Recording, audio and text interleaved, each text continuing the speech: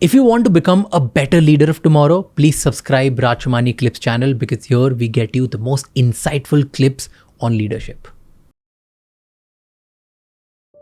Tell me more about how this whole store happened.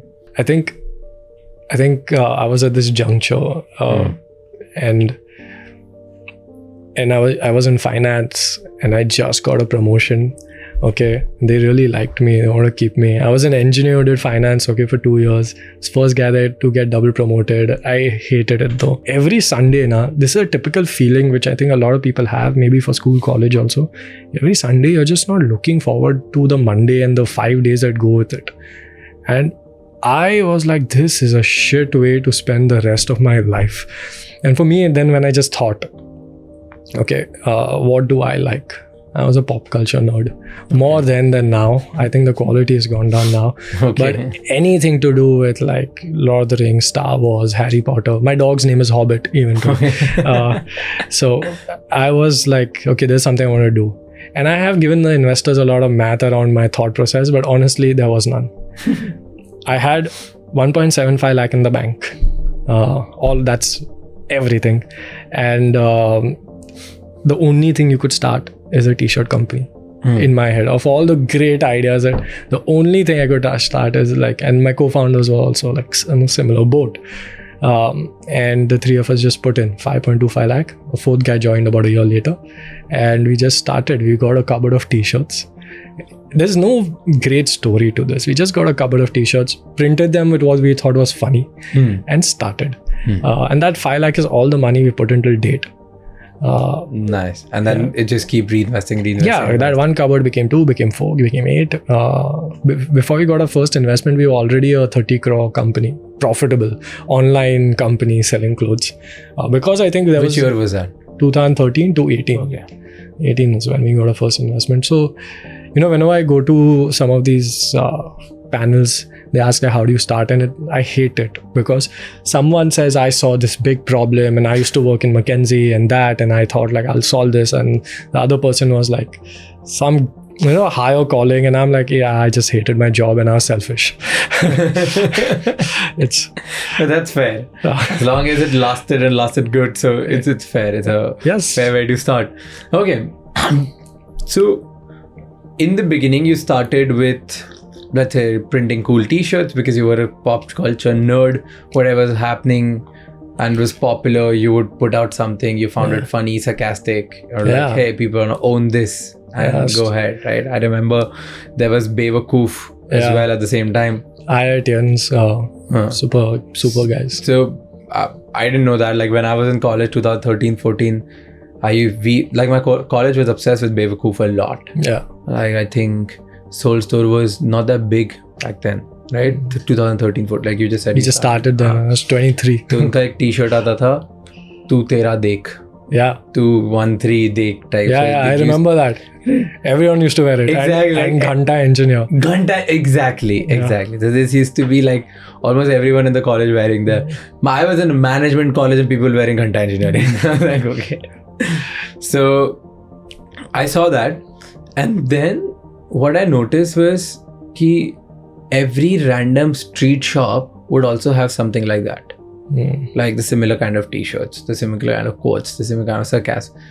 And then the proportion, how, let's say, if out of 10 people, 6 were wearing Bewakoof, it went to 2, it went to 1, and then nowhere. Yeah. Right? So doesn't that happen with your business as well? Because let's say your moat in the beginning was just becoming cool option for people to wear stuff, and then everybody could print it, everybody could do it. How are you still so relevant? Firstly, that's a very good question. Like usually investors ask this shit.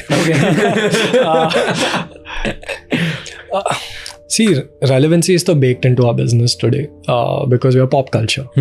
It's defined that we have to be relevant. Yeah. So if you have a latest TV show, movie, we'd be the people to have that license. Yeah, that I've seen that. Yeah. So before we had to go beg for the licenses, now it's luckily comes to us easily. We are the one-stop solution for that.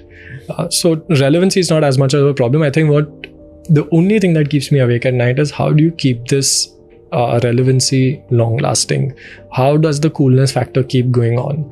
Because you don't want to be you want to be like Cream Center, Shiv Sagar or something, like Shiv Sagar. Yeah. You want to just be good, relevant throughout the times, years and decades, maybe centuries, who knows, one day.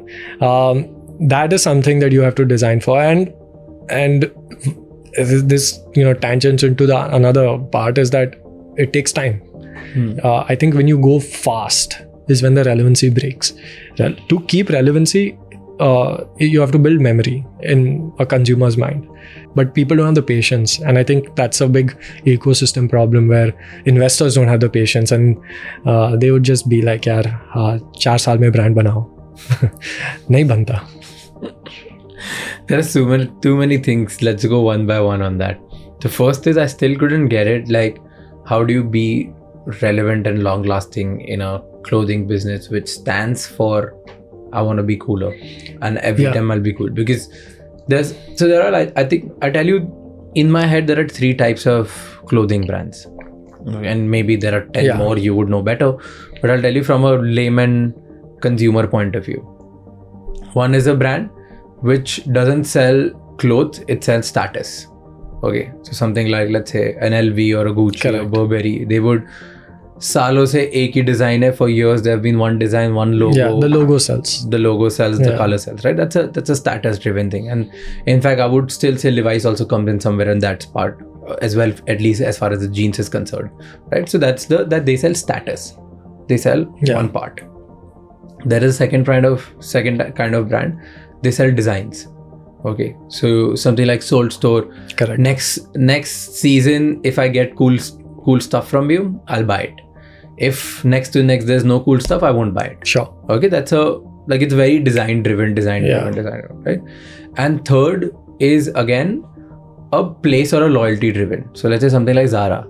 Like I would still say Zara also kind of come hand in hand, but still Zara is more like H&M, Zara. There's like one parent company which is famous. I go there with a mindset that, hey, I want to buy something for party. Now, I don't care if they have the good collection or the bad collection. Use case driven.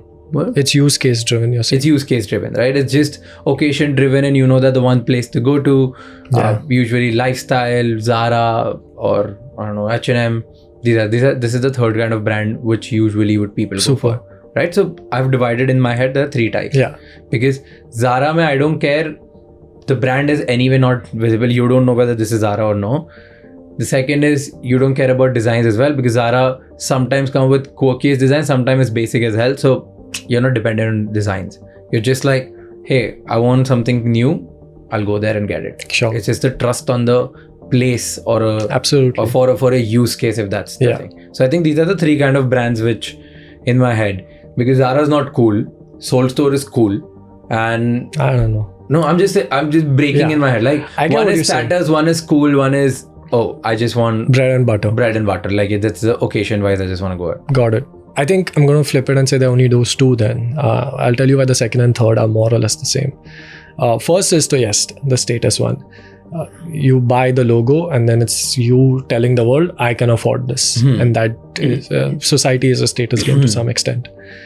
The second is you go for the designs.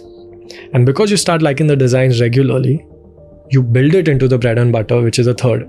If I need party wear or if I need casual wear, I'll go to Zara or the Soul Store. So the second builds into the third, but that's a time thing. I think Zara came with a lot of reputation already, but just imagine how it would have happened in its heydays. It was selling great designs of party wear, which was like runway stuff. Forget the story of Zara, but it just sold good designs of party wear. Even in India, that's how they started. Yeah, but there was a lot of reputation and baggage of what comes from the West, and we love what comes from the West. So people went there and then they started liking the designs, and then they made it, the no-brainer option in the head. I think the way we are doing it is also the same. First, you start with the designs. You say that I like these designs. Oh, they have designs. Then year on year, they have good designs, and then you become a habit. And that's what I mean by you actually become brand. When you become the no-brainer option, it's in the memory. It's just like, so how long do you feel a customer takes from going from, hey, I like their designs, to now this is a habit? Is there a year? I think it'll be very different for different industries. for fashion, for your industry? What do you think? Like, how many times do I need to buy from you in order for you to decide that, hey, now I know that Raj will come to us? I think that's twice a year is minimum. If you buy twice a year, for about 2-3 years, you made it a habit. For more such insightful clips, please subscribe Raj Shamani Clips channel. Here we help you become a better leader for tomorrow.